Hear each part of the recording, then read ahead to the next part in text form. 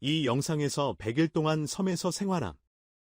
최소한의 자원으로 시작함. 점차 멋진 일본 스타일의 기지로 변신시킴. 일본식 기지로 변신시킴. 진행하면서 일본 문화를 배우게 됨. 함께 배워나감. 이 흥미진진한 모험에 함께 하길 바람. 잠깐 참고사항. 이 프로젝트들은 제작하는 데 많은 시간과 노력이 필요함. 채널을 응원하고 싶다면 귀여운 토트씨를 얻을 수 있어. 파란 아울로틀이 그려진 귀여운 티셔츠 같은 거. 그리고 채널 멤버가 될 수도 있어. 특별한 혜택을 얻기 위해 새로운 영상을 미리 본다거나 멤버 전용 채팅에 참여한다거나. 그럼 이제 영상으로 들어가자. 여기 있다. 작은 섬에서 바다 한가운데에 갇혀있는 상황. 혼자가 아니란 걸 깨달았다. 해변에 거북이가 있었어. 내가 그녀에게 다가갔을 때 그녀가 물속으로 뛰어들어 헤엄쳐 갔어. 그래서 친구를 많이 사귀지 못할 것 같아. 사탕수수를 좀 모아서 다시 심었어. 미래를 준비하기 시작하려고. 매우 기쁘게도 마법 부여 세팅을 했어. 거북이가 실제로 돌아왔어. 그래서 이번 모험에서 첫 친구에게 이름을 지어줄 거야. 펄. 이 이름은 내 시청자 중 한 명이 추천한 거야. 그리고 바다와도 관련이 있어. 그리고 이 랜덤 돼지가 나타났어. 그래서 결국 그렇게 외롭진 않을 거야. 이 젊은 친구는 다음에 베일리라고 불릴 거야. 첫 번째 나무를 베러 갔어. 작업대를 만들기 위해서. 그리고 나무 곡괭이를 만들어 돌을 모으기 시작했어. 그 다음엔 돌 도끼와 곡괭이를 만들었어. 그리고 바다로 뛰어들어 물고기 몇 마리를 사냥했어. 섬으로 돌아가서 돌을 좀 더 캤다. 화로를 만들 수 있도록 잡은 물고기를 요리하려고. 첫날 해가 지는 동안 베일리와 펄에게 잘 자라고 인사했다. 대구를 먹고 땅속 작은 구멍으로 내려갔다. 광산을 시작하고 괴물로부터 보호받으려고. 첫날 밤에 철을 좀 얻었다. 그래서 방패와 철 곡괭이를 만들었다. 동굴을 탐험하던 중 해골과 마주쳤어. 하지만 해골은 투시와 그녀의 도끼를 이길 수 없었지. 철과 금을 더 찾았고 마침내 첫째 날에 지표면으로 올라왔어. 미스터 베일리에게 인사하고 내 물건을 보관할 상자를 만들었어. 농사를 시작하려고 괭이도 만들었어.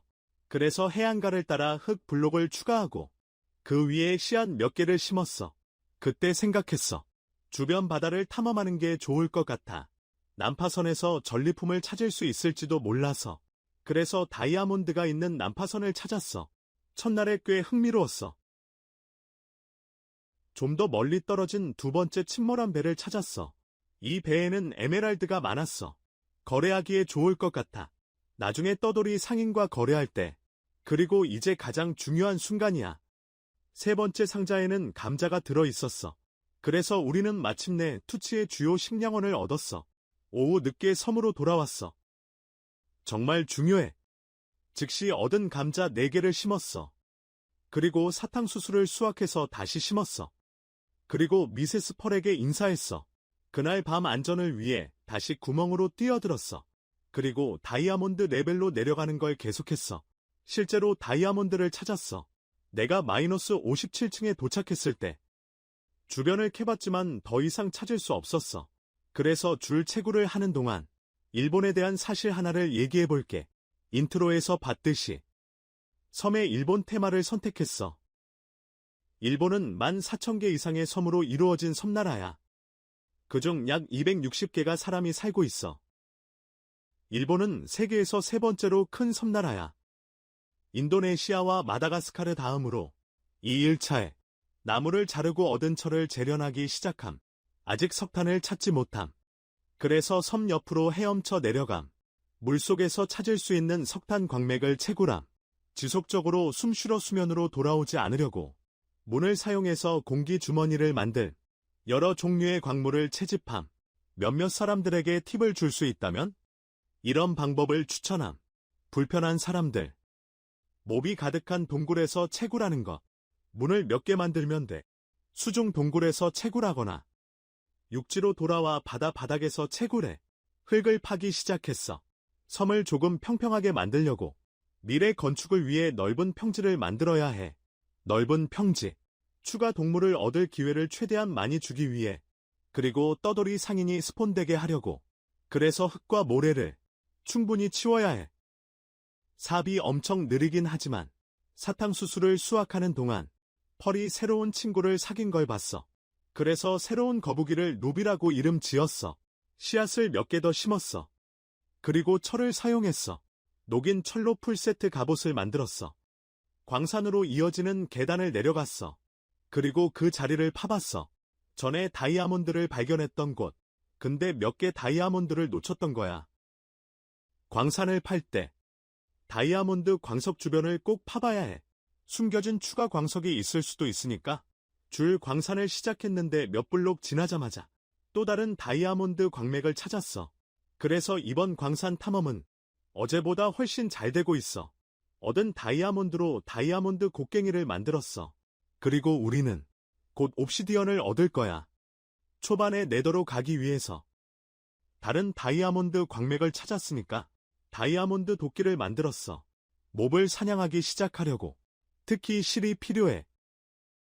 침대를 만들기 위해서 활과 엄청난 운을 가지고 있음에도 불구하고 거미를 죽였는데도 실 한 조각도 얻지 못했음. 이 크리퍼를 처리했음.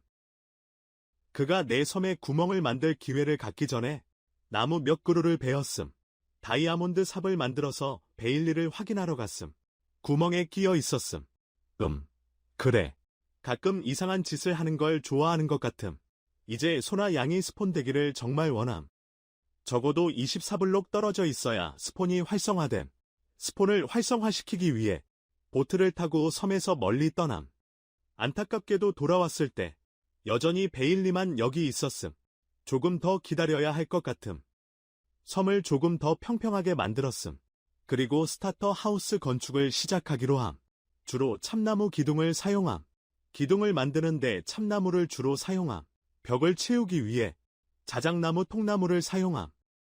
수집하기 가장 쉬운 블록이었기 때문 흰색 색조를 가진 첫 난파선에서 얻은 가문비나무 문을 사용함. 디테일을 추가하기 위해 사다리를 배치함. 벽 아래에 그날 밤 다시 스트림 마이닝을 함. 거의 희망을 잃을 뻔했지만 두 블록마다 벽을 파내며 드디어 다이아몬드 광맥을 찾았다. 밤이 끝나지 않았기에 거미를 잡으러 갔다. 이번에는 실을 얻었다. 아쉽게도 다른 거미는 찾지 못했다. 그래서 다음 날 아침 작물과 사탕수수를 수확했다. 다이아몬드를 모두 사용했다. 갑옷과 헬멧을 만들기 위해 4일째에 이미 꽤 잘하고 있는 것 같다. 배를 타고 난파선으로 갔다. 약간의 가문 비나무 목재가 있어서 초보자용 집을 짓기 위해 조금 모아둠. 입구로 올라가는 작은 계단을 만들. 그리고 양옆에 가문 비나무 반 블록을 추가함. 모서리에 거꾸로 된 계단도 추가함. 깊은 암석. 계단을 사용해 문 위에 덮개를 만들. 목재를 충분히 모은 후 덧문을 추가해 창문을 만들. 그날 밤 거미와 다른 몹들을 많이 죽였어. 아직 잠을 자지 않아서. 팬텀이 스폰됐는데 정말 짜증났어. 아직 7개의 실이 필요했거든. 침대를 만들기 위해서 팬텀을 없앤 후에 밤새 몹들을 사냥했어. 충분한 실을 구했어. 다른 양털 한 조각을 만들 만큼. 이제 2개를 구했으니 하나만 더 구하면 돼. 섬의 마지막 괴물들을 없앴다. 그리고 일상적인 일로 돌아갔다. 작물을 수확하고 다시 심었다. 나무를 베고 스타터 하우스를 작업했다. 참나무와 자작나무 통나무로 벽을 채웠다. 바닥은 자작나무 판자를 사용할 것이다. 여분의 사다리를 놓았다. 전나무 판과 계단으로 둘러싸기를 마쳤다. 그래서 지금은 이렇게 생겼다. 현재로서는 별로 좋아 보이지 않는다. 하지만 걱정하지 마. 며칠 후면 일본식 스타터 하우스처럼 보일 거야. 집 안에 상자를 놓았어. 그리고 내 물건들을 안으로 옮기기 시작했어. 그날 밤 드디어 흑요석을 얻고 싶었어. 그래서 용암 웅덩이에 도달하려고 동굴로 들어갔어. 그리고 금뿐만 아니라 다이아몬드 광맥도 있다는 걸 깨달았어. 주변 몹들을 처리하고 다이아몬드 2개를 캤어. 물 양동이를 사용해 용암을 흑요석으로 바꿈. 포탈을 만들기 위해 14개의 블록을 캤음.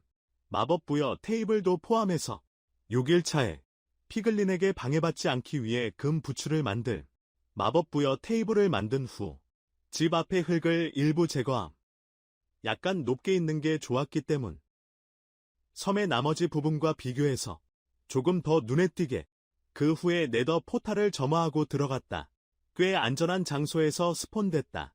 네더 웨이스트 바이옴 안에서 주변을 탐험하기 시작했다. 뭔가 흥미로운 것을 찾을 수 있을지 보려고 크림슨 숲을 발견했다. 호글린 사냥의 완벽한 장소였다. 아직 가죽이 없었기 때문에 책장을 만들기 위해 소울샌드 계곡도 발견했다. 화석을 채굴하려던 순간 그 아래에서 작은 말라버린 가스트를 발견했어. 당연히 그걸 집어들었는데 거의 용암 호수에 떨어뜨릴 뻔했어. 솔직히 잠깐 겁먹었어. 뼈 블록을 채굴했어. 그리고 크림슨 숲으로 돌아가서 호글린을 사냥했어. 첫 번째 가죽을 얻었어. 미래의 장식을 위해 빨간 버섯을 몇 개 주었어. 그리고 오버월드로 돌아갔어. 수많은 팬텀이 스폰됐어. 정말 짜증났어. 거미 사냥하러 나가고 싶었는데 얘네들이 기회만 생기면 나를 물었어. 걔네들 없애는데 시간이 엄청 걸렸어. 그리고 크리퍼가 나타나서 내 집 옆을 폭발시켰어. 팬텀 몇 마리가 더 생겼는데 다행히 해가 뜨면서 오늘 아침에 다 타버렸어. 집 다시 짓는 것도 꽤 재미있었어. 이번에는 모든 창문에 함정문을 추가했어. 다시는 크리퍼가 갑자기 찾아오지 않게. 이제 말라버린 가스를 처리해야 해. 물을 가지러 갔어. 무한 물 공급원을 만들려고. 그리고 작은 녀석을 거기에 넣었어. 이제 집의 윗부분 작업을 시작할 준비가 됐어. 먼저 벽을 한 블록 더 높게 확장하자. 그리고 뒤집힌 참나무 계단을 추가하자. 측면을 따라 지붕 아래 귀여운 디테일을 만들기 위해 다음으로 딥슬레이트 계단과 슬래브를 제작하자. 이 귀여운 일본 스타일 지붕을 만들면서 또 다른 사실을 알아보자. 일본과 지진은 밀접한 관계가 있다. 나라의 위치 때문에 태평양 화산대의 위치에 있다. 화산대는 화산들의 연쇄고리이다. 그리고 지진 활동이 일어나는 장소들, 태평양 주변에서 발생하는 지진. 대략적으로 모든 지진의 90%가 불의 고리에서 발생. 지구의 모든 활화산의 75%가 이 지역에 위치. 지진은 두 지각 블록이 갑작스럽게 미끄러질 때 발생. 이 지각 블록은 판이라고 불림. 미끄러지는 표면은 그리고 움직임은 지진파 형태로 저장된 에너지를 방출, 지구를 통해 전파되는 지표면을 흔들리게 하는. 혹시 이걸 보고 있는 사람들 중에 지진 활동이 많은 나라에서 온 사람이 있다면 인도네시아나 필리핀 같은 곳에서 사실을 공유해주면 좋겠어. 댓글의 주제에 대한 갑자기 아기 행복한 유령이 날아다니는 걸 봤어. 그래서 인사하러 갔어. 이 사랑스러운 작은 생명체를 칠리라고 부를 거야. 정말 고마워. 마인크래프트가 해피가스 몹을 추가해줘서 진짜 멋지잖아. 그리고 동반자로서 너무 귀여워. 거의 지붕을 다 했어. 그래서 계속 채워넣었어. 칠리가 내 주위를 날아다녔어. 내가 하는 일에 관심이 있는 것처럼. 정말 이상해. 하지만 그가 내 옆에 있는 게 너무 위안이 됐어. 그리고 나는 행복한 유령을 느낀다. 게임에서 내가 가장 좋아하는 몹 중 하나여야 한다. 그래서 거기 있다. 일본식 스타터 하우스를 얻었다. 마침내 실제 집처럼 보인다. 그래서 통나무와 덧문을 추가해야 한다. 지붕의 틈을 채우기 위해, 좋은 마무리를 위해. 화로에서 감자를 구웠다. 그날 밤 맛있는 저녁을 먹었다. 섬을 빙빙 돌며 몹들을 사냥했어. 침대를 만들 만큼 실을 충분히 모았어. 기뻤어. 더 이상 팬텀을 상대하지 않아도 됐거든. 9일째는 설탕 갈대를 모으는 것으로 시작했어. 집 아래에 몇 개의 슬래브에 물을 채웠어. 집 앞에 설탕 갈대를 심을 수 있게 꾸미기 위해 거친 흙을 섞었어. 추가했어. 잔디에 자갈과 참나무 판자, 색상과 디테일을 더하기 위해 판자를 추가해서 상층 집과 하층 집 사이에 부드러운 전환을 만들었어. 마침내 현관을 완성하기 위해 가문 비나무 울타리를 추가했어. 시작집이 완성됐어. 거미에게서 더 많은 실을 얻었어. 활을 만들 수 있게. 10일째 아침에 내 집 주변에 좀비 무리가 있었어. 그들이 내 문을 부수려고 했어. 그래서 나는 기분이 좋지 않았어. 그래서 도끼로 그들을 모두 때렸어. 나는 좀 걱정이 되었어. 아직 준비할 수가 없어서. 마법 부여를 위해서 결정했어. 남은 가죽 44개를 얻기로. 호글린에게서 얻기로 했어. 호글린을 찾는 게 꽤 까다로웠어. 크림슨 숲 지형이 좋지 않았거든. 겨우 찾은 2마리 호글린이 가죽을 떨어뜨리지 않아서 별로 기운이 나지 않았어. 마음 한구석에선 생각했어. 차라리 모든 책장을 요새에서 가져올까 하고, 그러려면 다른 요새를 찾아야 하고, 블레이즈를 사냥해야 해. 그래서 며칠 더 기다리기로 했어. 내가 최종 결정을 내릴 때까지. 그리고 스포일러 경고. 결국 우리는 어려운 방법으로 일을 하게 될 거야. 하지만 지금은 작은 투츠가 쉬운 방법으로 하기를 바라고 있어. 그래서 생각했어. 베일리가 이미 섬에 있다는 사실이 더 많은 동물이 스폰되는 걸 막을 수도 있지 않을까. 그래서 그를 보트에 태우고 그와 함께 섬에서 멀리 항해했어. 걱정하지 마. 내가 그를 데리러 다시 올게. 그를 바다 한가운데에 버리고 떠나는 게 아니야. 좋은 하루를 시작하려면 감자를 먹는 게 중요해. 그리고 더 많이 수확하는 것도. 섬에서 남은 흙과 모래를 계속 파내 평평하게 만들려고. 내가 키운 나무를 모두 베어냈어. 줄지어 자란 나무들. 그런데 어떤 이상한 사람이 내 집에 들어왔어. 하지만 그건 마인크래프트에서 자연스러운 현상이야. 그날 오후에 다시 한번 나서기로 결심했어. 침몰한 배를 찾으려고. 유적에서 석탄을 좀 얻었어. 근처 배에는 책 몇 권이 있었어. 그리고 철과 청금석도 좀 있었어. 섬으로 다시 돌아갔어. 그리고 정말 기쁘게도 소 2마리와 닭 1마리가 생겼어. 그래서 나는 바로 밀을 가져왔다. 그리고 메리와 데이지라는 이름을 지을 2마리 소를 번식시켰다. 그들은 미래의 어머니가 될 것이다. 투치 섬의 소 문명. 12일째 되는 날 나는 울타리를 만들고 작은 원형 우리를 만들었다. 집 옆에 모든 동물을 데려오기 위해. 그리고 달근 폴로가 될 것이다. 이제 동물들을 정리했으니 나는 해변으로 가서 농작물 밭을 조금 확장했다. 그리고 좋았어. 감자도 꽤 많이 얻기 시작했으니까. 감자가 꽤 많이 생겼어. 섬의 흙 플랫폼을 더 확장하기로 했어. 대부분이 모래로 덮여 있었으니까 풀을 위로 퍼지게 하고 싶었어. 갑자기 베일리가 아직 바다에 갇혀 있다는 게 생각났어. 그래서 급히 가서 데려왔어. 그리고 안전하게 땅으로 데려왔어. 베일리도 감자를 좋아하니까. 우리 공통점이 꽤 많아. 그를 우리에 데려온 새로운 동물들에게 소개하려고. 그리고 횃불도 몇 개 추가함. 조금 더 밝게 하기 위해서. 그날 밤 채굴 탐험에서 다이아몬드 광맥 2개 발견함. 하지만 아직 채굴하지 않음. 곧 행운삼을 얻을 수 있을까봐. 다음 날 아침 소들에게 먹이 줌. 그리고 새로운 윤곽을 채우기 시작함. 흙으로 만든 건데 벌써 13일째야. 도구를 마법 부여해야 해. 건축에 제대로 들어가기 위해. 섬을 변형하고 꾸미려면 소를 키우는 건 시간이 너무 오래 걸린다는 걸 깨달았어. 모험심이 강해서. 필요한 책장을 전부 직접 요새에서 가져오기로 했어. 그래서 엔더 진주와 블레이즈 가루를 찾으러 네더로 출발했어. 처음으로 피글린 바스천을 발견했다. 블랙스톤을 얻을 좋은 장소가 될 것이다. 미래 건축을 위해서 말이지. 바스천을 약탈해야 한다는 건 알지만 벽을 파헤치지 말아야 한다는 것도. 하지만 이번 영상에서는 그렇게 할 것이다. 바로 뒤에서 왜곡된 숲을 발견했다. 그래서 엔더맨을 사냥하기 위해 그곳으로 갔다. 우리는 강한 요새를 찾는 것만 필요하다. 포털을 채우는 건 필요하지 않다. 엔더 진주 5개면 충분하다고 생각해. 갈색 버섯 몇 개 주었어. 좀비 주민 치료하는 데 유용할 거야. 그리고 네더 요새를 발견했어. 용암 호수 한가운데에 있었어. 빠르게 깨달았어. 내가 있던 곳에서 넘어가는 건 너무 위험해. 블레이즈가 멀리서 불덩이를 보내고 있었어. 그래서 조심스럽게 돌아갔어. 요새의 한 부분에 도달할 때까지. 네더 황무지와 연결된 곳이었다. 복도를 조금 탐험했다. 그리고 네더와트 농장을 발견해서 파냈다. 미래의 포션 제작을 위해 전부 가져갔다. 그리고 활을 사용해 블레이즈 몇 마리를 처치했다. 그들로부터 블레이즈 막대 2개를 얻었다. 오버월드로 돌아와서 칠리에게 인사했다. 평소처럼 행복하게 날아다니고 있었다. 그리고 막대 하나로 블레이즈 가루를 만들었다.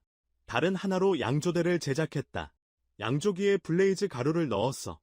포션을 만들기 위해 그리고 엔더의 눈도 만들었어. 하늘로 던졌어. 가장 가까운 요새가 어느 방향에 있는지 보기 위해 하룻밤 푹 자고 나서 모래를 녹였어. 유리를 얻어서 물로 3병을 채웠어. 발효된 거미 눈을 만들었어. 양조기에 넣었어. 약화 포션을 만들기 위해 그리고 마침내 화약을 추가해서 스플래시 포션을 만들었어. 소 개체 수를 늘리려고 메리와 데이지에게 먹이를 줬어. 그리고 문을 가져다가 스쿠버로 사용했어. 추가 석탄을 채굴하려고. 그 다음 네더에서 금을 채굴했어. 황금 사과를 만들기 위해서 좀비 주민을 치료할 수 있도록 약화 포션과 함께 16일째 아폴로의 알 중 하나에서 병아리를 얻었어. 그래서 다른 동물들과 함께 작은 친구를 데려왔어. 그리고 그의 이름을 피터라고 지었어. 이제 요새로 향할 시간이야. 그래서 무작위로 만난 거북이와 함께 배를 탔어. 우리가 꽤 오랜 시간을 함께 보낼 거니까. 그녀의 이름을 비비안이라고 지을 생각이야. 비비안과 나는 바다를 건넜어. 엔더 아이가 물속으로 가라앉는 지점에 도착할 때까지. 그래서 나는 배에서 뛰어내렸어. 스쿠버 도어로 내려가서 수영했어. 작은 구멍을 팠어. 바로 요새 벽돌을 발견했어. 그리고 이 호기심 많은 돌고래가 떠다니는 블록들과 놀기 위해 구멍으로 들어왔어. 그게 꽤 웃겼어. 그래서 계단을 따라 내려갔어. 그리고 복도를 지나 도서관으로 바로 갔어. 좀비 사설을 없앤 후에 마법책이 있는 상자를 약탈할 수 있었어. 그리고 모든 책장을 제거했어. 도서관의 위층에서 충분한 책을 얻었어. 마법 설정을 위해 나가는 길에 슬라임 소리를 들었어. 그래서 자막을 켜서 찾았어. 슬라임 볼 몇 개 얻었어. 니들을 만들 필요가 있을 때를 대비해서 떠돌이 상인이 오기 전에 비비안과 함께 밤을 지나 항해했어. 그리고 마침내 섬에 도착했을 때 나는 조금 달렸다. 집으로 가서 몹을 피했다. 다음 날 아침 필요한 책장을 모두 만들었다. 기본 마법 부여 세트를 만들었다. 내 집 근처에 테이블을 새로 고쳤다. 레벨을 다시 30으로 올리기 위해 네더에서 석영을 채굴하러 갔다. 내 가슴판에 마법을 부여할 수 있었다. 보호사. 이제 추가 석영을 캐러 가자.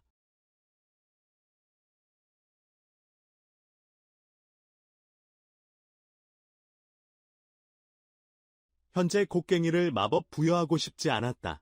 도움이 남아있지 않았기 때문에. 그래서 광산으로 갔다.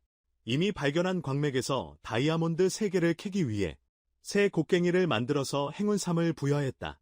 남은 다이아몬드를 캐러 갔다.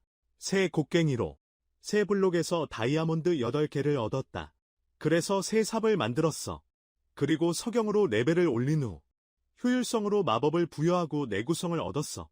그래서 이제 모래와 흙을 훨씬 더 빨리 팔 수 있어. 지진에 대해 조금 이야기했어. 이제 화산에 집중하자. 간단히 말해서 화산은 지표면의 구멍이야. 보통 산에서 발견돼. 그리고 그 틈으로 가스가, 뜨거운 마그마, 그리고 제가 지각 아래에서 빠져나오게 돼. 일본에서 가장 유명한 화산은 물론 후지산, 약 10만 년 전에 형성됐어. 반복적인 화산 폭발이 점차적으로 변형시켰어. 일본에서 가장 큰 산으로 높이 3,776m로 측정돼. 1777년 마지막 분화는 16일 동안 지속됨. 화산재는 도쿄까지 도달함. 19일째 떠돌이 상인이 드디어 나타남. 그래서 평소와 반대로 행동함. 이 상황에서 니들을 얻기 위해 라마 2마리를 죽임. 상인을 보트에 태움. 죽거나 사라지지 않도록 하기 위해 망그로브 묘목을 팔고 있었음. 그래서 레드우드를 사용할 수 있을 것 같음. 일본식 건축에 적합. 섬을 돋보이게 할 것. 밝은 색으로 그에게서 에메랄드를 살 수 있다는 걸 봤어. 물병 몇 개로 거래하려고 많이 만들었어. 근데 조금 과하게 만든 것 같아. 물병 2개를 사고 나니까 그가 질려버렸어. 에메랄드 5개로 맹그로브 묘목을 샀어. 그리고 그걸 키웠어. 그리고 뼈가루로 맹그로브 나무를 수집하기 시작하고 추가적인 묘목도 얻었어. 필요한 만큼 나무를 많이 키울 수 있도록 상인을 안전하게 지키기 위해서 추가 물건을 사고 싶을 때를 대비해서 작은 맹그로브 뿌리 우리를 그 주위에 만들었어. 이미 그 불쌍한 사람은 배에 갇혀 있었고 이제는 우리 안에 있어서 분명히 그가 꿈꾸던 삶은 아니었어. 이제 제대로 마법 부여를 시작해야 해. 모든 도구들 예를 들어 실크 터치 곡괭이가 필요해. 효율성 4가 있는 돌을 많이 캐기 위해서 산을 지을 계획이니까. 섬을 둘러싸는 일본 사원과 벚꽃 나무들로 한 블록을 캐는데 시간이 오래 걸리면 그리고 그 위에 여전히 화로에서 조약돌을 재련해야 해. 우린 100일째에도 산을 끝내지 못할 거야. 20일째에 또 다른 다이아몬드 곡괭이를 만들었어. 그리고 실크 터치로 마법을 걸었어. 근데 효율성은 안 나와서 실망했어. 하지만 걱정할 필요 없어. 왜냐하면 사실 효율성이 있는 마법책을 찾았거든. 요새에서 찾았으니 나중에 추가할 거야. 이제 석영을 더 캐러 갈 수 있을 것 같아. 그리고 나무도 많이 베어야 할 거야. 다이아몬드 도끼의 효율을 부여했어. 그리고 맹그로브 나무를 모으기 시작했어. 기본 마법 부여 세트를 귀여운 일본식 정자로 변형할 계획이거든. 발효된 거미 눈을 상인에게 팔기로 했어. 에메랄드를 좀 더 얻으려고. 그리고 나서 아무것도 아닌데 그걸 낭비했어. 창백한 참나무 묘목을 샀거든. 그리고 그걸 키우려고 했는데 깨닫지 못했어. 나무를 키우려면 묘목 4개가 필요했어. 그래서 잘했어. 꼬마. 마법 부여 테이블에서 헬멧의 보호살을 얻을 수 있다는 걸 알았어. 그래서 다시 네더로 돌아갔어. 짜릿한 석영 채굴을 위해. 그리고 오버월드에 있는 집으로 돌아가던 중 좀비 주민이 생성된 걸 봤어. 이제 정말 어렵고 혼란스러운 시도가 시작됐어. 좀비 주민을 보트에 태우려는 시도. 그리고 내 말은 그를 배에 태우는 건 그렇게 어렵지 않았어. 힘든 부분은 위에 벽과 지붕을 만드는 거였어. 태양이 뜨자마자 그가 타지 않도록 말이야. 그래서 조심스럽게 접근했어. 하지만 이 스켈레톤 조끼, 그리고 다른 짜증나는 스켈레톤 친구가 나를 공격하기 시작했어. 그리고 내 눈가에 크리퍼가 보였어. 그래서 내 체력 절반 이상이 사라졌어. 집으로 달려가서 문을 닫았다. 크리퍼가 들어오기 직전에 진짜 대박. 완전 스트레스 받았지만 아직 끝난 게 아니었다. 해가 곧 뜰 것 같았다. 그리고 좀비 주민은 보호받지 못했다. 크리퍼가 멀어지길 기다렸다. 집 밖으로 뛰어나가면서 몹들을 더 멀리 유인하려고 했다. 그래서 그들을 죽일 수 있었다. 솔직히 몇 마리 몹만 있을 때는 사실 꽤 차분하고 여유롭게 그들을 죽임. 하지만 여기 섬은 사람들로 가득 찼고 시간과 싸워야 했음. 좀비 마을 주민을 구하기 위해 이미 동이 트는 분홍빛을 볼 수 있었음. 지금 아니면 절대 못 구함. 그래서 배로 달려가 필사적으로 싸우려 했지만 두 아기 좀비에게 계속 차임. 그래서 임무를 포기하기로 결정함. 우린 그냥 죽을 거였어. 두 번째 시도했어 먼저. 우린 크리퍼를 배에서 유인해야 했어. 그리고 난 급히 그를 지나 다시 싸우려고 했어. 성공했지만 해골의 화살이 계속 옆으로 나를 쳤어. 다행히도 그가 실수로 거미를 쳤어. 그래서 그녀는 나를 방해하지 않았어. 대신 해골을 방해하러 갔어. 그래서 이번엔 일석이조였어. 그래서 이렇게 지붕을 만들었어. 그리고 좀비 주민이 진짜로 태양 아래서 타기 시작했어. 그 순간에 내가 이걸 다 헛수고로 했다고 생각했어. 근데 다행히도 살아남았어. 그리고 토트 씨를 완전 패닉 상태로 만들기 위해 이 크리퍼가 친절하게 점프 스퀘어를 줬어. 진짜 대박. 정말 대단한 밤이었어. 그때 내 손이 진짜로 떨리고 있었어. 정말 이런 순간들이 좋아. 중요한 건 좀비 마을 주민을 구했어. 다행히 이 모든 게 헛된 게 아니었어. 처음에 배 주위에 작은 울타리를 만들었어. 그리고 익사자를 몇 번 때렸어. 그를 없애려고. 좀비 마을 주민에게 약화 포션을 던졌어. 그리고 황금 사과를 먹였어. 치유 과정을 시작하려고. 그 후에 마침내 내 헬멧에 마법을 걸 수 있었어. 이 모든 혼란 끝에 소중한 감자를 재배하러 갔어. 이건 정말 좋은 휴식 활동이야. 마을 주민이 마침내 회복됐어. 그래서 그의 작은 울타리 구역을 확장했어. 그리고 그와 거래를 시작하려고 독서대를 만들었어. 밤에 석영을 채굴하며 레벨을 올리기로 했어. 오래된, 손상된 도끼의 내구성을 부여하려고, 그걸 효율성 도끼와 합치려고. 나중에 새로운 마을 주민을 확인하러 갔어. 친구 이름은 지미로 정했어. 독서대를 놓고 치웠어. 지미의 거래를 새로 고침하려고 몇 번이나. 결국 수선책을 얻었어. 거의 몇 번 시도 만에. 책 한 권에 에메랄드 하나로. 거래를 거부할 수 없는 제안이었어. 내 모든 도구에 수선책을 얻었다. 그리고 내 갑옷의 모든 부분에도. 떠돌이 상인은 이제 더 이상 쓸모가 없어서 그를 배에서 내리기로 했다. 미안해, 상인님. 새로운 상인이 다른 종류의 묘목을 가지고 스폰되길 바라며 석재 절단기를 제작했다. 내 심층함을 쉽게 변형시킬 수 있도록 일본식 정자를 짓기 위해 작은 참나무 플랫폼을 만들기 시작했어. 마법 부여 테이블 주변에. 그리고 24일째 되는 날 본격적으로 시작했어.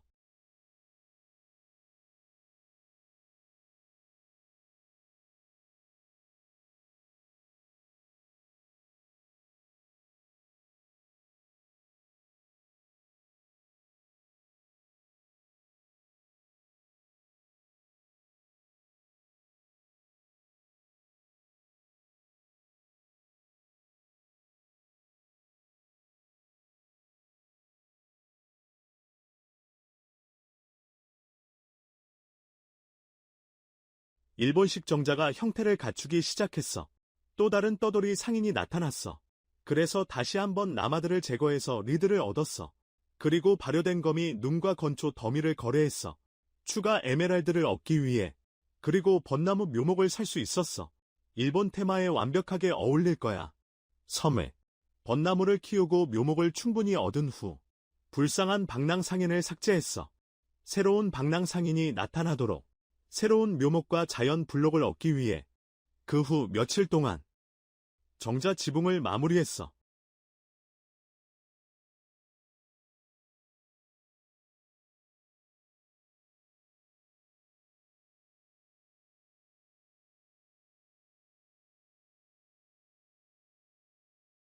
다음 날 아침에 잠시 시간을 보냈어. 화분을 만들 점토를 찾으려고. 정자를 꾸미기 위해서였는데 바다에서 강보다 구하기 훨씬 어려워. 식물 화분 몇 개 놓았어. 빨간 버섯과 꽃이 들어있는 화분. 그리고 랜턴 몇 개. 지붕 옆에 걸어놨어. 그래서 마법 정자 다 완성됐어. 황혼에 정말 멋져 보여.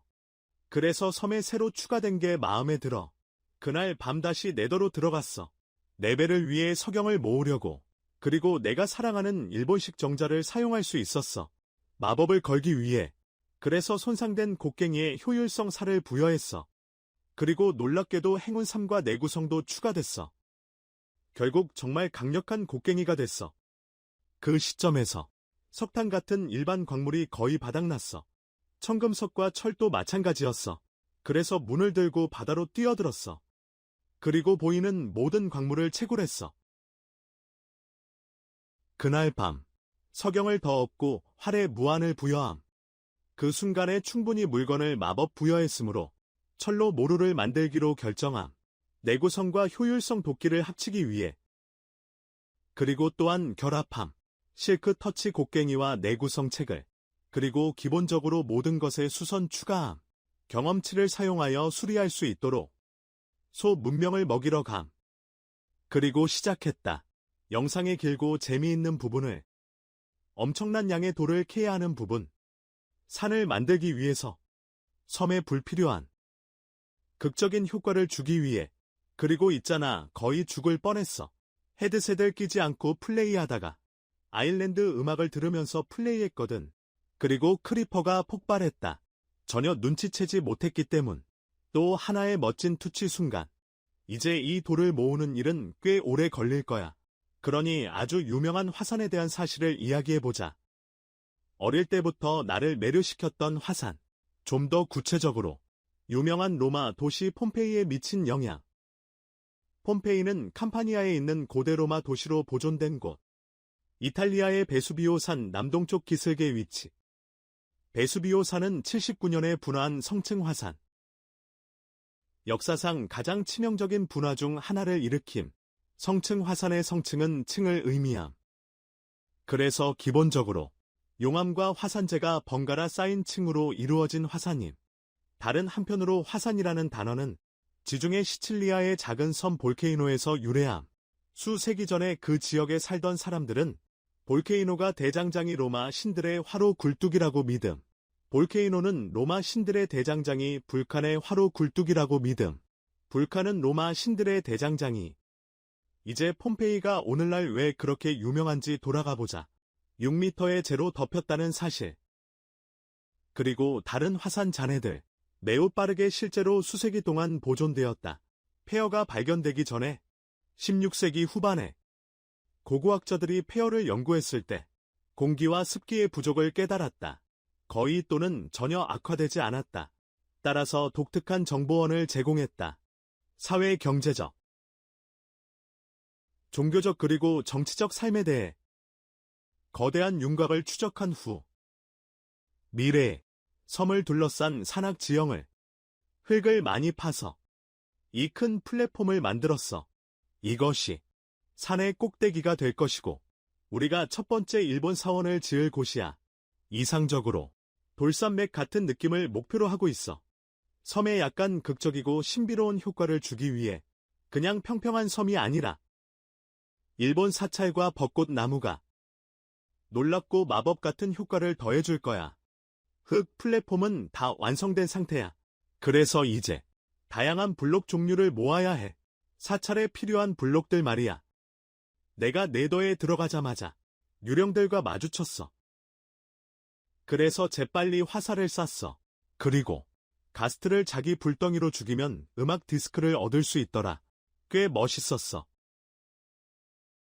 음악 디스크를 아마도 듣지 않을 것 같지만 그냥 그런 거지 뭐. 첫 번째 블록은 오프드 우드야. 밝은 청록색 지붕을 만들 때 사용할 거야. 일본식 건축물이 정말 돋보이게 하고 싶어서. 평범한 산의 회색 돌과 비교해서 벽에는 석영을 사용할 거야. 정말 완벽해.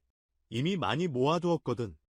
레벨을 올리기 위해서 마지막으로 가장 밝은 색을 위해 붉은 맹그로브 통나무를 사용할 거야. 그래서 아마 이상해 보일 수도 있어. 뒤틀린 나무와 결합. 확인할 방법은 하나뿐인 것 같아. 돌을 더 많이 모으러 갔어. 실크 터치 곡괭이로. 사원의 바닥은 돌로 만들 거야. 벽돌로 만들어서 산과 자연스럽게 융합되게. 밝은 색이 바로 아래에서 시작되지 않게 점진적으로 연결되게. 35일째 되는 날 떠돌이 상인의 우리를 제거하기로 했어. 한동안 비어 있었기 때문에 흙 플랫폼으로 올라갔어. 돌 벽돌 기초 작업을 시작하려고. 이 사원은 사실 탑이야. 여러 층의 처마가 있는 탑. 태국, 인도의 흔한, 중국, 일본 및 아시아의 다른 지역에 대부분의 탑은 종교적인 기능을 가지고 지어졌어. 대부분 불교이지만 때때로 도교나 힌두교이기도 해. 이제 몇 가지 정의를 주자면 티어드는 여러 층이나 계층이 있는 것을 의미함. 서로 위에 놓여 있음. 처마는 지붕의 일부로 건물의 벽과 만나거나 벽을 넘어서 돌출된 부분임. 일부 일본의 탑은 나무로 지어짐. 그리고 집합적으로 마쿠토라고 불림. 나무 탑을 의미함. 하지만 대부분은 돌로 조각된 사쿠토는 돌탑을 의미함. 내 발음은 아마도 꽤 형편없을 것임. 그리고 일본인 친구가 있어. 다시 일본 테마의 영상을 만들게 된다면 그 친구에게 몇 가지 사실을 대신 말해달라고 할 거야. 여기 다 완성된 파고다 기초가 있어. 다음 층에는 딥슬레이트가 들어갈 거야. 그래서 먼저 내 두 번째 곡괭이를 수리해야 해. 딥슬레이트를 모두 캐면 실크 터치로 딥슬레이트 벽돌을 만들 수 없을 거야. 딥슬레이트를 캐다가 다이아몬드를 더 찾았어. 포춘 3 덕분에 18개 얻었어. 그래서 표면으로 돌아왔을 때 완벽했어. 드디어 기뻤어. 다이아몬드 부츠를 만들 수 있게 되었어. 그리고 레깅스도 만들어서 드디어 풀 다이아몬드가 되었어. 두 번째 층을 위해 깊은 바다 벽돌과 석영 블록을 사용할 거야. 그리고 천천히 색을 추가하기 시작할 거야. 맹그로브 울타리와 덧문을 추가할 거야. 위쪽에 난간을 만들기 위해서.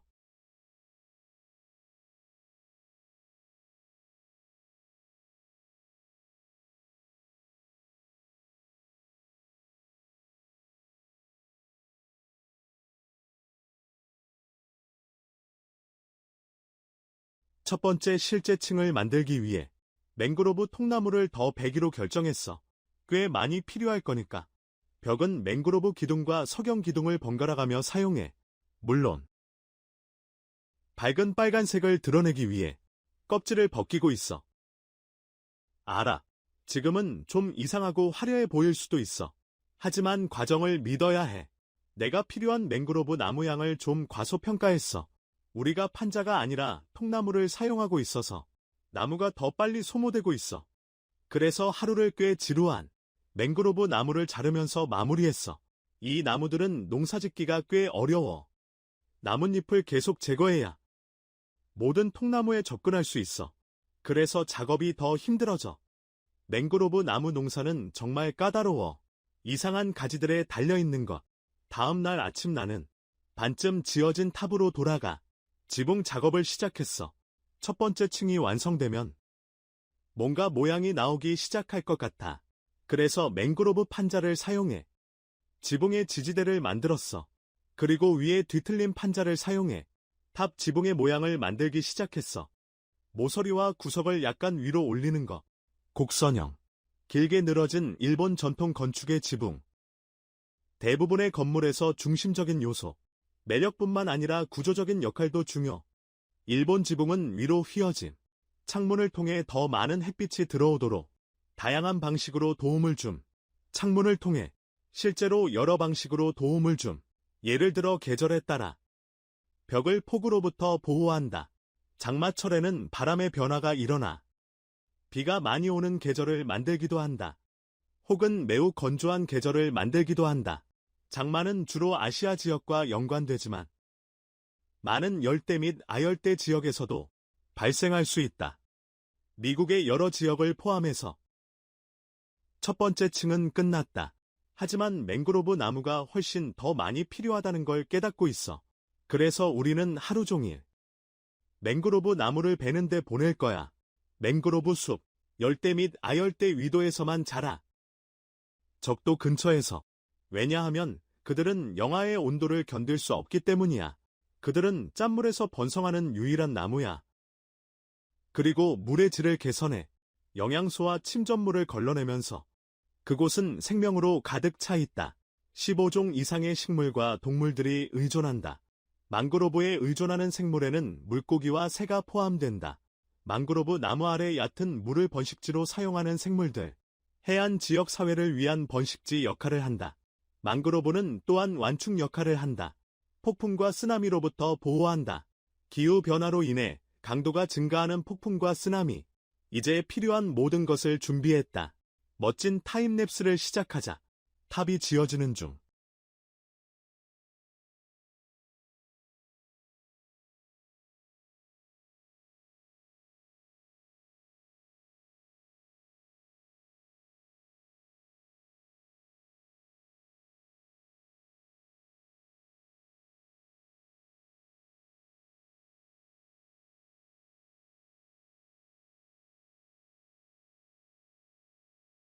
그래서 여기 일본 탑이 완성됨. 또 다른 떠돌이 상인이 나타남. 먼저 물병과 건초 더미를 팔 거임. 에메랄드를 더 얻기 위해서. 이번에는 가문비나무 묘목을 살 수 있음. 그래서 몇몇 건축물에 더 어두운 나무 톤을 사용할 수 있도록 가문비나무 몇 그루를 심음. 더 많은 묘목을 모으기 위해 떠돌이 상인을 작은 우리에 넣음. 그를 무리들로부터 보호하기 위해 아직 다크 오크 묘목을 살지 고민하고 있었어. 그에게서 묘목을 사는 걸. 현재 문제는 에메랄드가 충분히 없었다는 거야. 그날 밤 돌을 캐러 내려갔어. 이제 첫 번째 산을 완성해야 하니까 파고다 아래에 있는 산을 더 이상 이상한 떠 있는 건물처럼 보이지 않게 먼저 작업을 시작했어. 산 중턱까지 원을 확장해야 해. 확실히 하기 위해서 정상에 있는 흙 플랫폼보다 조금 더 크도록. 그리고 나서 돌로 쌓기 시작할 수 있어. 점차 돌면서.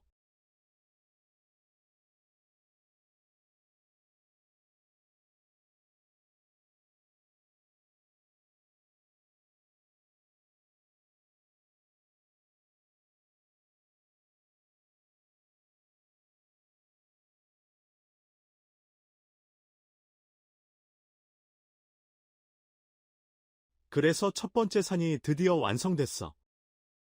그리고 바로 건축물이 훨씬 더 멋져 보여. 이 프로젝트는 100일 안에 완성하기 매우 도전적일 거야. 하지만 그냥 기본적인 섬을 만들고 싶지 않았어. 대신 내가 진정으로 자랑스러워할 수 있는 무언가를 만들기로 했어. 그리고 시각적으로도 강렬한 것을. 이 모든 프로젝트에 시간을 쏟는 만큼 결과에 만족하는 게 더 나을 거라고 생각했어. 건축을 잠시 쉬기 위해 네더로 들어갔어.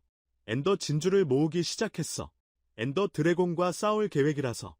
엔더 진주 12개를 모은 후 네더 요새로 향했어. 활로 블레이즈를 쏘기 시작했다. 화염구에 너무 많이 맞지 않도록 조심했다. 총 9개의 블레이즈 막대를 모았다. 12개의 엔더 아이를 만들기에 충분한지 확인했다. 포션을 몇 개 만들기 위해서도 오버월드로 돌아와서 힘의 포션을 만들기 위해 블레이즈 가루를 사용했다. 그리고 글로우스톤 가루를 추가해 더 강하게 만들었다. 화약도 추가했다. 스플래시 포션으로 변환하기 위해 싸우는 동안 효과를 더 빨리 얻을 수 있게 해줌. 팬텀 막을 사용했음. 잠 못 이루는 밤 동안 모아둔 것. 초반에 느린 낙하 포션을 만들기 위해 사용함. 레드스톤을 추가해서 지속시간을 늘림. 다시 화약을 추가해서 스플래시 포션으로 만들. 하루 종일 포션을 만들었다는 걸 깨달음. 그래서 확실히 하루를 보내는 가장 신나는 방법은 아님. 마침내 떠날 시간이 됐어. 그래서 바다 모험 친구에게 인사를 했어. 비비안과 함께 출발했어. 요새 방향으로 갔어. 은어 스포너를 부쉈어. 엔더 아이를 슬롯에 넣었어. 엔드 포털을 열었어. 느리게 떨어지는 무력을 뿌리고 뛰어들었어. 엔드에서 섬 표면으로 조심스럽게 길을 팠어. 그리고 화살을 쏘기 시작했고 수정들을 향해 작은 수정들이 제거된 후 정말 높은 탑 옆으로 쌓아 올렸어. 그리고 용이 실제로 나를 밀어내려고 했어. 다행히도 다시 자리로 떨어질 수 있었어. 그리고 계속 쌓아 올렸고 수정 폭발시켰어. 높은 곳에 있는 걸 이용해서 또 하나를 쐈어. 용이 나를 쉽게 놔두지 않았어. 왜냐하면 그녀가 정말 독성이 강한 용의 숨결을 던졌기 때문이야. 마지막 크리스탈을 꺼냈어. 탑의 가장자리에 있는 크리스탈. 그 다음에 우리 둘 사이에 남은 건? 우리 둘뿐이었어.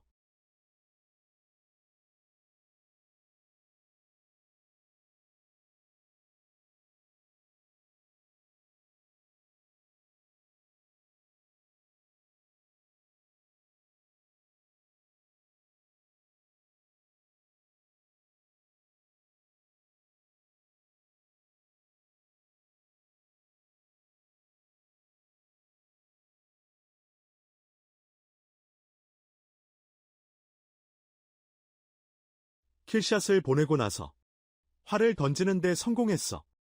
이걸 오케이 투트시 순간이라고 부를 수 있을 것 같아. 이 모든 레벨을 최대한 활용할 거야. 도구를 수리하고 60레벨을 얻었어. 그래서 인챈트 하는데 정말 유용할 거야. 용화를 잊어버리고 그냥 주먹으로 치고 이 횃불을 사용해 주어. 끝 도시로 가는 포탈이 열렸을 때 깨달았어. 이 기회를 이용해 엘리트라를 얻어야겠다고. 그래서 이제 가장 스트레스 받는 미션 중 하나가 시작됐어. 하드코어 마인크래프트에서 공허 위에 다리를 만들어 끝 도시를 찾는 것. 그리고 실수로 놓치지 않기를 바라는 것. 교활하게.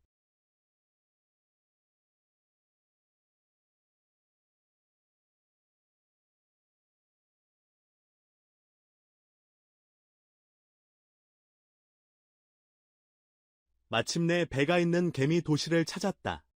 그래서 빠르게 입구로 접근했다. 그리고 그것을 지키는 슈커들을 공격했다. 슈퍼를 올라가면서 정말 짜증나는 계단을 오르다가 다시 아래로 떨어졌고 보다시피 나는 눈에 띄게 기뻐했다. 몇몇 슈커들을 더 처리하고 선반을 사용해 슈커 상자를 만들었다. 모든 전리품을 담기 위해 이번에는 계단을 올라가는 동안 중앙에 쌓아 올렸어. 시간이 없으니까. 상자가 있는 방을 찾았을 때 몇 분 정도 시간을 썼어. 슈커를 다 죽이려고 했어. 사방에서 나를 쏘고 있었으니까. 그래서 좀 까다로웠고 상자를 약탈하러 갔어. 먼저 새로 얻은 바지로 바꿨어. 보호사가 붙어 있었으니까. 그리고 이 평범한 검도 얻었어. 철과 금괴도 몇 개 얻었고 아니? 이 철삽에 대해선 언급하지 않을 거야. 왜 철삽을 넣는지 모르겠어. 마치 내가 엔더 드래곤과 싸우고 공허에 떨어질 위험을 감수하고 쉴컷 총알에 맞으면서 이 마법이 걸린 철삽을 얻으려는 것처럼 이게 바로 마인크래프트 논리인 것 같아. 이제 중요한 부분이다. 엔드십에서 엘리트라를 얻는 것. 먼저 여기서 몇 시간 동안 기다려야 한다. 쇠커가 열릴 때만 쏘려고 해야 한다. 그렇지 않으면 화살이 맞지 않는다. 이 두 마리를 처리한 후 배로 다리를 만들 수 있다.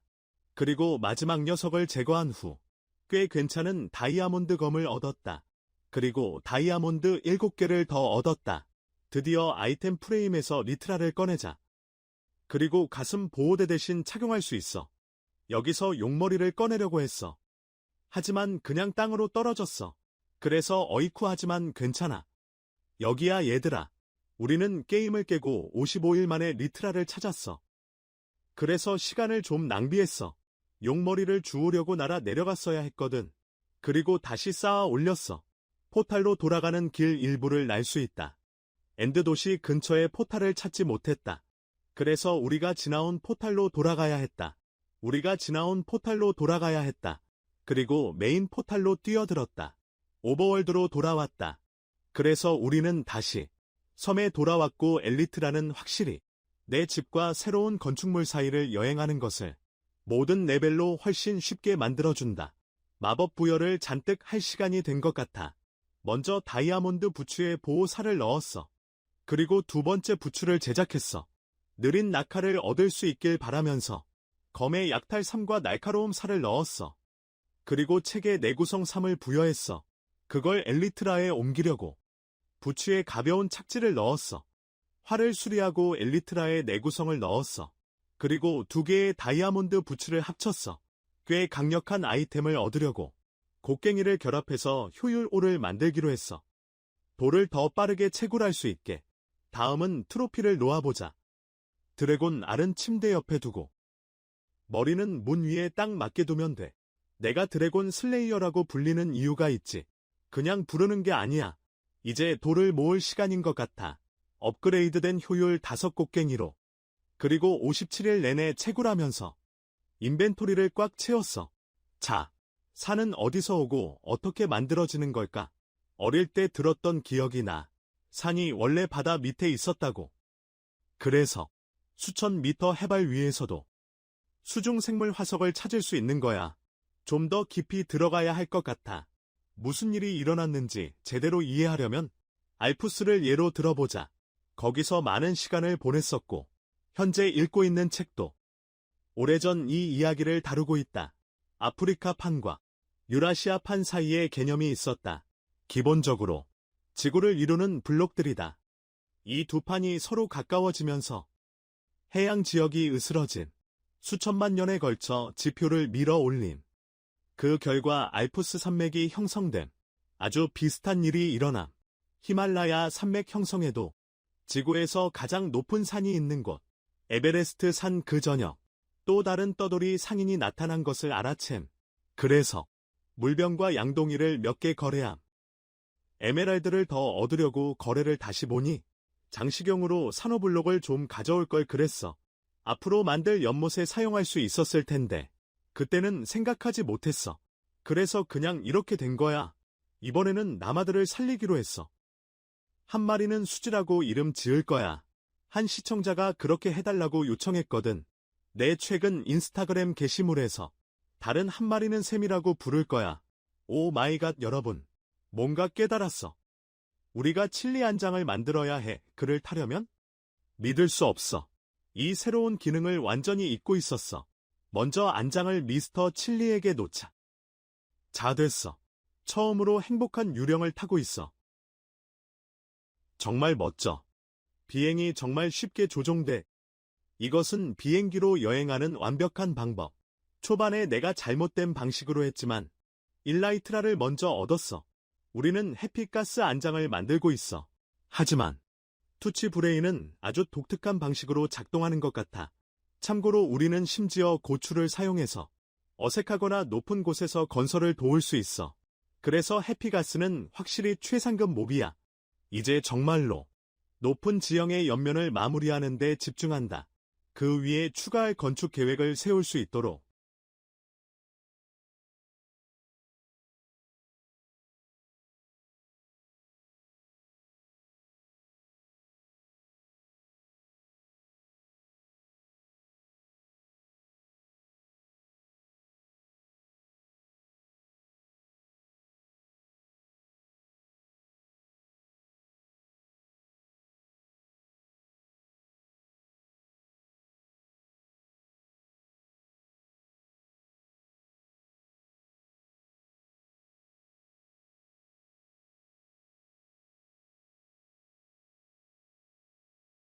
오늘 밤은 잠을 자지 않기로 했다. 크리퍼 몇 마리를 사냥하려고. 폭죽 제작에 필요한 추가 화약을 얻기 위해 추가 흙도 파내러 갔다. 다시 지상으로 올라와 크리퍼를 계속 잡으려고 했는데 갑자기 수지와 샘이 좀비에게 공격당했다는 걸 깨달았다. 그래서 좀 실망스러웠다. 그리고 그들이 다음날 그렇게 공격당할 줄은 몰랐어. 그렇게 공격당할 줄은 몰랐어. 섬 앞쪽의 높은 부분 위를 흙으로 채우기 시작했어. 높은 부분 위를 흙으로 채우기 시작했어.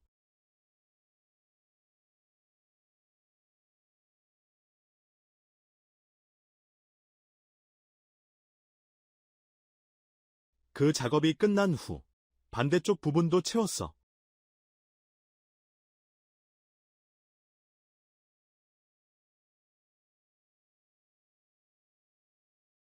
섬의 입구를 위해 커다란 빨간색과 검은색의 문을 만들고 싶어. 빨간 부분은 더 밝은 빨간 콘크리트를 사용하려고 생각 중이야. 더 생생한 빨간색. 바닷바닥에서 자갈을 많이 모으러 갔어. 믿음직한 야외 도구의 도움을 받아서 모래와 빨간 염료를 섞었어. 포피한테서 받은 염료, 뼈가루를 사용해서 포피를 더 키웠어. 최대한 많이 뽑았어. 빨간 콘크리트 가루 몇 스택을 만들었어. 토리 문이 가장 윗부분은 검은색이야. 그래서 단순히 피글린 요새의 측면을 차지할 거야. 블랙스톤을 위해. 그런데 토리 게이트가 뭔지 몰라도 걱정하지 마. 건축을 시작하면 모든 걸 설명할게. 토리는 전통적인 일본의 문이야. 가장 흔히 입구에서 발견돼. 또는 신사 내에서. 상징적으로 세속적인 세계에서. 신성한 세계로의 전환을 표시해. 카미가 환영받는 장소. 그리고 카미가 여행하는 곳으로 여겨짐. 카미의 가장 적절한 영어 번역은 영혼. 하지만 이것은 지나치게 단순화된 표현. 복잡한 개념을 단순화한 것. 카미는 풍경의 요소일 수 있음. 또는 자연의 힘으로 인간과 가까운 존재. 그리고 인간의 기도에 응답함. 자연의 흐름과 인간의 사건에 영향을 미칠 수 있음. 신토. 신토라고도 불림. 일본에서 기원한 종교. 다신교. 여러 신을 숭배하거나 믿는다는 의미. 애니미즘 종교. 식물에 영혼을 부여하는 것. 무생물과 자연 현상에도 영혼을 부여하는 것. 신토는 초자연적 존재를 중심으로 돌아감. 카미라고 불리는 존재. 모든 것에 깃들어 있다고 믿어짐. 자연의 힘을 포함해서 눈에 띄는 지형 위치들. 마을 사람 지민은 여전히 이상한 우리에 갇혀 있었어. 그래서 그를 꺼내기로 결심했어. 섬에서 그것을 치우기 위해서. 대신 나는 그의 강단을 이용해 그를 사원으로 유인했어. 이제부터 그는 거기서 살게 될 거야. 아마 사무라이가 되기 위해 훈련할지도 몰라. 나는 울타리로 만든 끔찍한 우리를 제거했어. 흙과 네더렉으로 만든 말이야. 아마도 이게 내가 사용해본 가장 아름다운 풀 컬러 팔레트일 거야. 토리 게이트 위쪽을 위해 맹그로브 계단과 슬래브를 사용할 거야. 디테일을 위해. 맹그로브 나무를 조금 더 준비해야 해. 콘크리트 가루를 만들기 위해 꽃도 더 가져왔어. 그리고 건축을 계속 진행했어.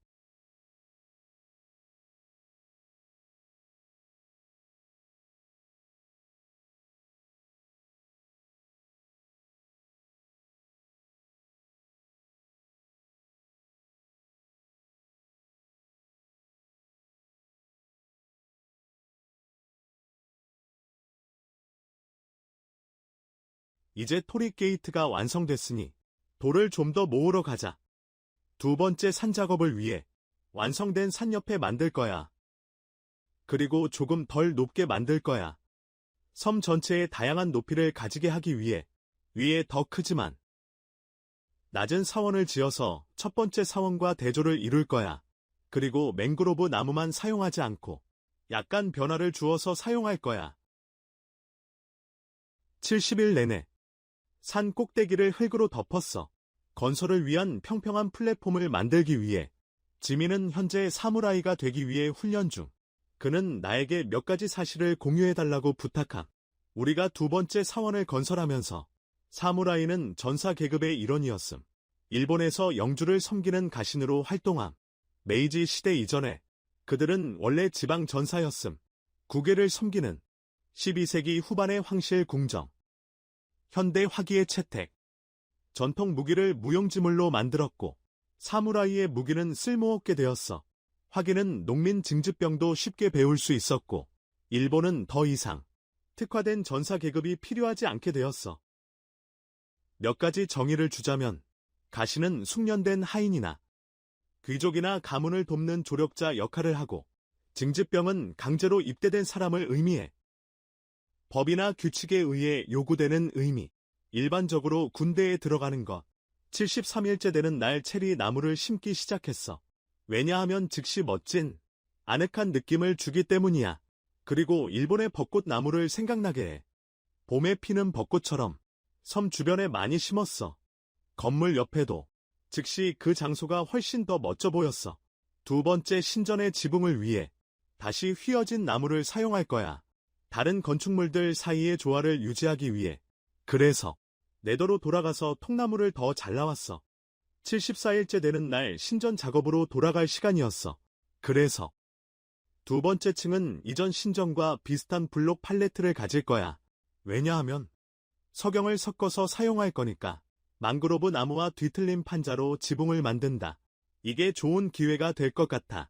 일본 집에 대해 조금 더 배울 수 있는 땅에서 올라오는 습기를 막기 위해 바닥을 약간 높이고 가로로 놓인 나무 바닥빔 위에 깐다.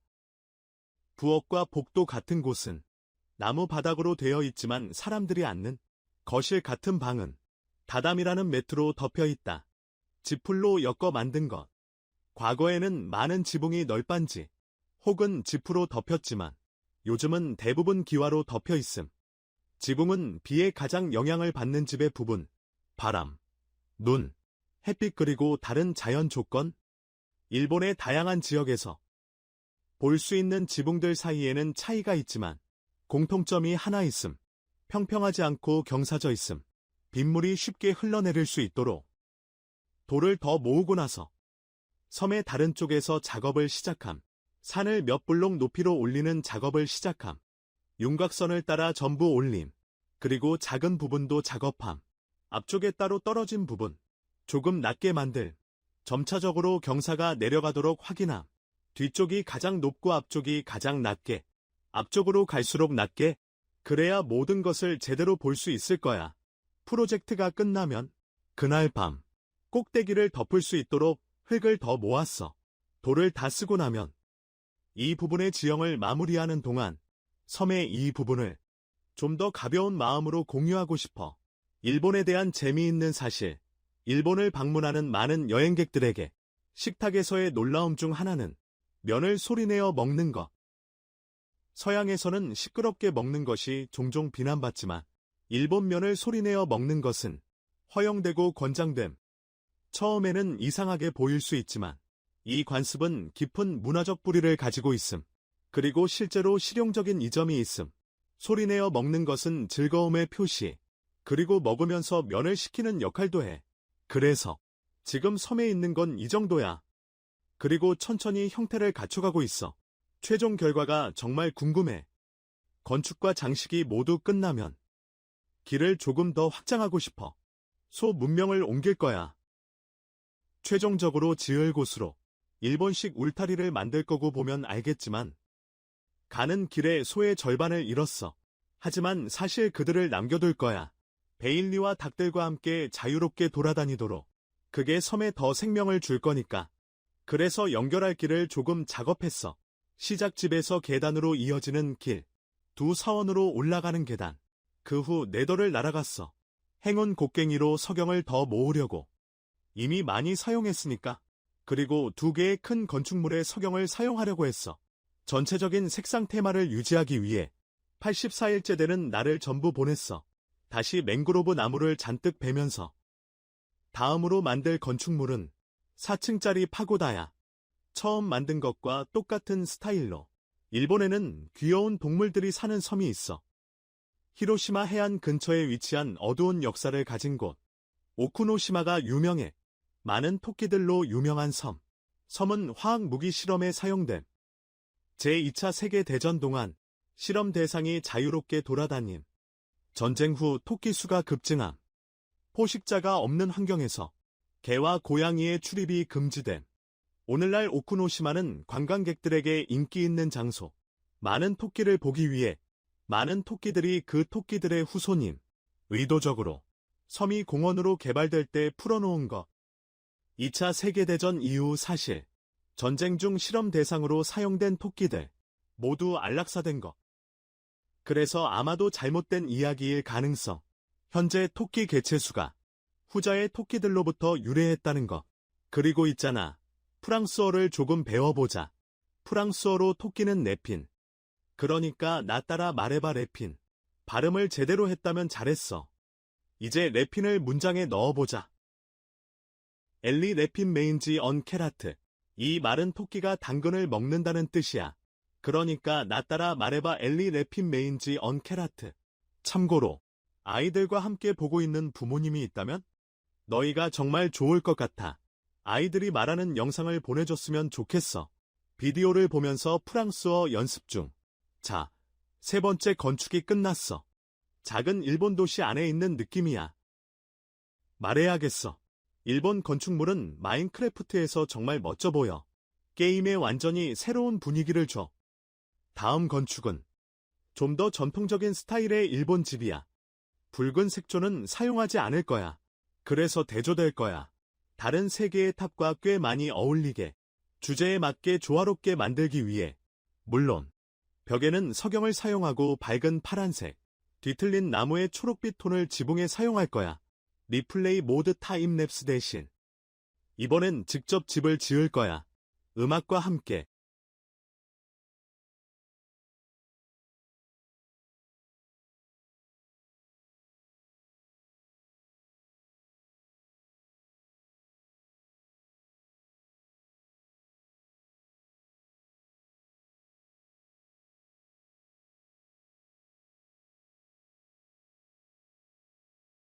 자, 완성. 여기 전통 일본식 집이 완성됐어. 다음으로 귀여운 작은 다리를 만들 거야. 가장 낮은 부분에 그리고 아래쪽에 연못과 디딤돌을 놓고 싶어. 왜냐하면 일본 정원에서 전통적인 디테일이니까. 먼저 망그로브 통나무와 가문 비나무 계단을 사용하자. 가운데는 걷는 용도로, 위에는 아래 블록에 덧문을 추가해서 더 멋지게 보이게 하고 난간을 만들자. 맹그로브 반 블록과 계단을 사용해서 다음 날 아침에 똑같은 과정을 반복했어. 다리의 반대편에서도. 그리고 진짜로 멋진 풍경을 배경으로 건축하는 건 정말 좋았어.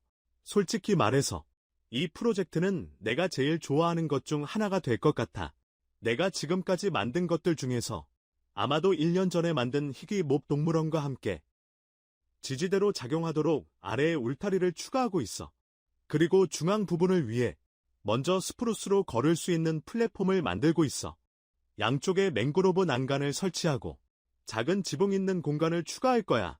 맹그로브 통나무 기둥으로 지지대는 지붕은 딥슬레이트 타일로 만들어질 거야. 어두운 거의 검은색 느낌을 줄 거야. 마법 거지보와 토리 게이트의 색상을 반영하는. 그래서 일본식 다리가 완성됐어. 작은 일본식 다리가 완성됐어. 이제 아래로 흐를 연못 작업을 조금 해보자. 먼저 흙을 파내기 시작했어. 그리고 플랫폼을 만들었어. 한 단계 낮춰서 웅덩이를 만들었어. 그 다음에 물로 다 채울 수 있어. 이제 다 됐어. 더는 아무것도 없는 다리가 아니야. 새 연못 바로 위 언덕에 돌벽돌을 사용해서 작은 구조물을 만들 거야. 대칭적인 모양으로 만들려고 해. 양쪽에 똑같은 풀장이 2개 있음. 연못을 꾸미기 위해 조각된 돌을 사용함. 큰 디딤돌을 만들. 작은 디딤돌도 돌벽과 벽돌로 추가할 수 있음. 다양한 크기를 가지도록 함. 96일째 되는 날, 연못 주변 땅에 뼈가루를 뿌림. 잔디를 추가하기 위해. 내가 한 일을 보여주기 위해 위층에 있는 돌기를 확장함. 전통적인 일본식 집으로 이어지도록 함. 그리고 연못이 이렇게 생겼어. 디딤돌들이 다 놓여져 있어. 이제 소 군대를 위한 더 편안한 집을 지을 때가 된 것 같아. 솔직히 말하면 소 군대라기보다는 작은 소 무리 같아. 소들 절반을 잃어버렸으니까. 그래서 이번 영상의 마지막으로 맹그로브 나무를 잔뜩 베어낼 거야. 이건 정말 다시 하고 싶지 않은 일이야. 소 서식지의 입구는 이렇게 생겼어. 토리 게이트의 작은 버전이 될 거야. 그리고 옆에 있는 울타리는 검은 돌벽을 섞어서 사용할 거야. 맹그로브 울타리, 계단, 슬래브를 함께. 기둥은 맹그로브 통나무를 사용하고 맨 위에는 검은 돌 슬래브를 올릴 거야. 그리고 디테일을 위해 주변에 덧문 몇 개를 추가. 일본 문화에서 영감을 받은 전체 영상을 만들 수는 없겠지? 세계적으로 유명한 일본 음식을 언급하지 않고서는 와쇼쿠는 전통적인 일본 요리. 계절 재료를 강조. 맛과 프레젠테이션의 균형.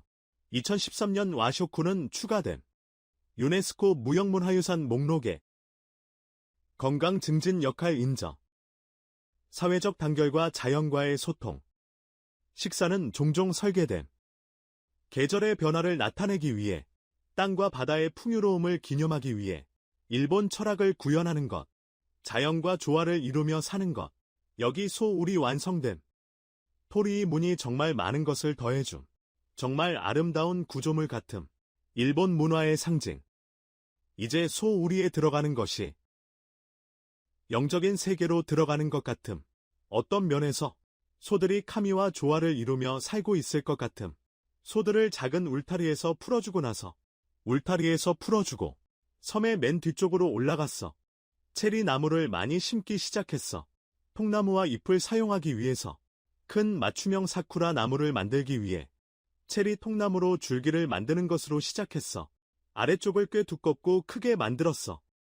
그리고 천천히 기울어지고 줄어들 거야. 높이 올라가면서 가지를 추가할 수 있어. 다른 방향으로 가는 중. 마지막으로 벚나무 잎으로 덮어. 벚꽃은 전 세계적으로 나타나지만 일본의 상징으로 널리 여겨져. 벚꽃이 피는 것은 삶의 덧없음을 나타낸다고 생각해. 봄이 오면 새로운 삶을 약속해. 벚꽃이 피는 것은 활력을 주는 느낌을 가져다줘. 동시에 생동감을 줘. 그들의 짧은 수명, 삶이 덧없음을 상기시키는 것. 그래서 우리가 사랑하는 것을 즐기는 것이 중요함. 우리가 여기 있는 동안 지금 우리는 확실히 100일째임. 어떻게 말해야 할지? 벚나무는 정말로 끝나지 않음. 그리고 아니 나는 이 끔찍한 핑크버섯이 섬의 미관을 망치게 하지 않을 것임. 그래서 오늘 먼저 나는 식물을 추가하는 것에 집중할 것임. 연못 주변에 사탕수수 같은 것. 그리고 작물밭도 만들 수 있어. 시작 집 주변에. 그게 끝나면 며칠 더 걸려서 내가 원하는 디테일을 다 추가할 거야. 특히 벚꽃나무를 완성할 거야.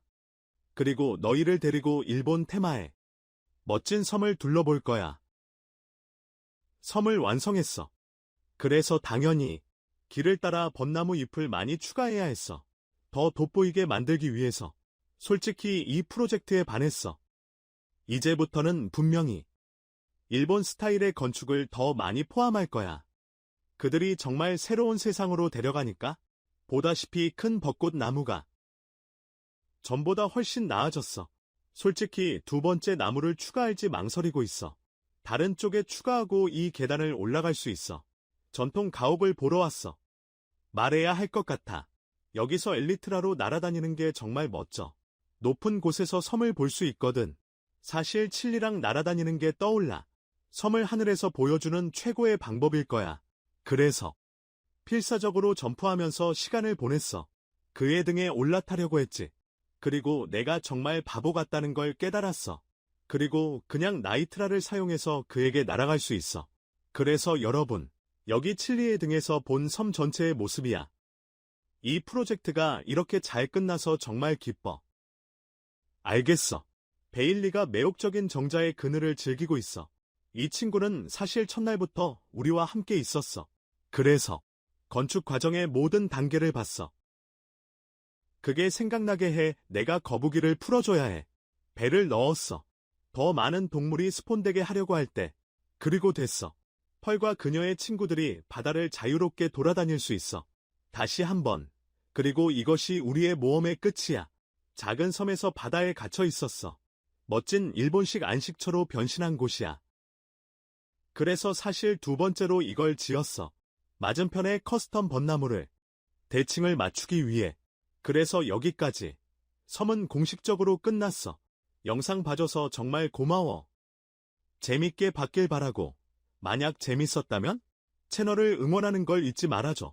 구독하면서 좋아요를 누르고 영상에서 좋았던 점을 댓글로 남겨줘. 일본이나 내 문화에 대한 추가 사실을 공유해도 좋고 너만의 이야기를 나눠도 좋아. 멤버가 되어서도 응원할 수 있어. 혹은 귀여운 상품을 샀거나 다음 영상에서 만나. 사랑해.